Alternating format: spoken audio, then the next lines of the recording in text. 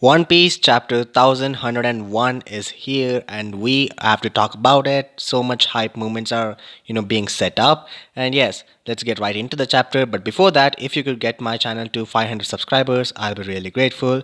Now let's start with the recap and then move on to the theories. See Kuma actually spying on Luffy in Fusha village where he's actually practicing his battle axe attack which he uses against Arlong in the Arlong Park arc.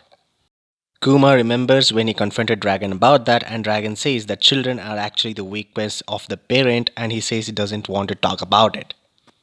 Luffy hears Kuma's snail phone, but before it could turn, Kuma has vanished, and Luffy continues on with his training because next year he's setting off to sail. Meanwhile, Kuma is writing multiple letters to Bonney, and she hasn't received a single one. This is all due to Agent Alpha from CP8 who's actually finding all those letters and tearing it up because she doesn't like it and she doesn't want Bonney to actually see them. He goes in to check on Bonney, but Bonney actually, who was in her adult form, just resumes being back a child, and she is confused because she thought Bonney was huge for a second, and Bonnie's keeping it a secret about her devil fruit. This is all thanks to Grandma Connie's advice because she says that a good hawk always hides its claws, and that's a good move according to my opinion. Meanwhile, Kuma is still undergoing his operation with Vegapunk, and in Agate Island we also see Sturcy's clone who is also here, and she actually pities Kuma, kind of.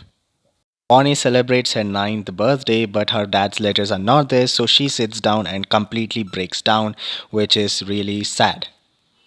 Kuma has lost most of his emotions, so he always comes in to help revolutionary armies but vanishes without speaking a single word. But Dragon knows that there is something behind his silence, so he keeps quiet. Meanwhile, Bonnie is 10 years old now, but Alpha is still not letting her go out because she forbids her to go out and she has to stay inside her house.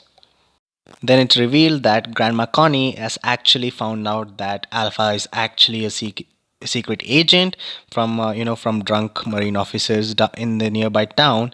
So she actually plans for Bonnie to go out. Bonnie still doesn't know why Kuma actually left and still hasn't written to her once. Bonnie runs out. Alpha tries to chase her and finds out that it's actually Connie, and they use this gag well to cover up.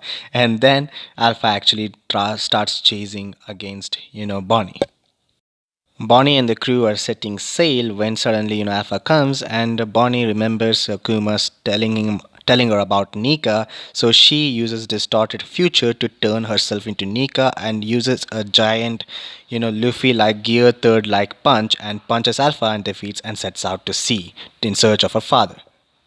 So, about Bonnie's distorted future ability, I have many theories. I don't know how this works. I know this is the age fruit, and when she actually turned into a buccaneer type during the events of Egghead Island, I actually thought that she might actually, use her DNA from her father, and then it was later revealed that actually he isn't even her biological father. We didn't really think about it that much. Now that I think about it, she shouldn't be able to use Buccaneer. So the only possible explanation that we can have is Bonnie is actually using her powers from different timelines, possibly like different futures, and I guess she can actually turn into any species she wants in the entire world, which is so OP. Age fruit is so OP, guys.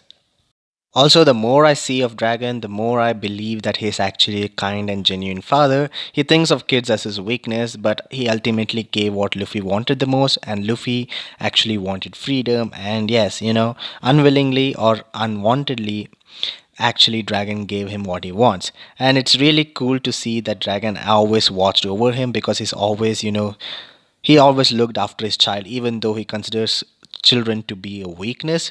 I mean, he did come to look down and save him, so it possibly means that he's always looking after him, which is really cool. And I was really hyped out the fact that Kuma actually visited Luffy long back. So yes, that's all we have from this chapter, I guess. I'll work more hard for my future videos. So that's all for this chapter, guys. I hope you enjoyed it. And yes, I am trying to work on many different types of videos. I am working on other anime videos which might be better than what I'm doing right now. This is just simple edits and recap style videos for One Piece that I do because I really love One Piece and really love talking about One Piece on how cool it is. And yes, I am trying to improve on the way I edit this chapter reviews or chapter recap slash theory channel that I have right now, and I will of course get better. So if you don't want to miss out on any of that, subscribe to my channel, and yes, hit the notifications icon so that you never miss out on any other videos. I'll see you guys in my next video. Till then, sayonara guys, chan out.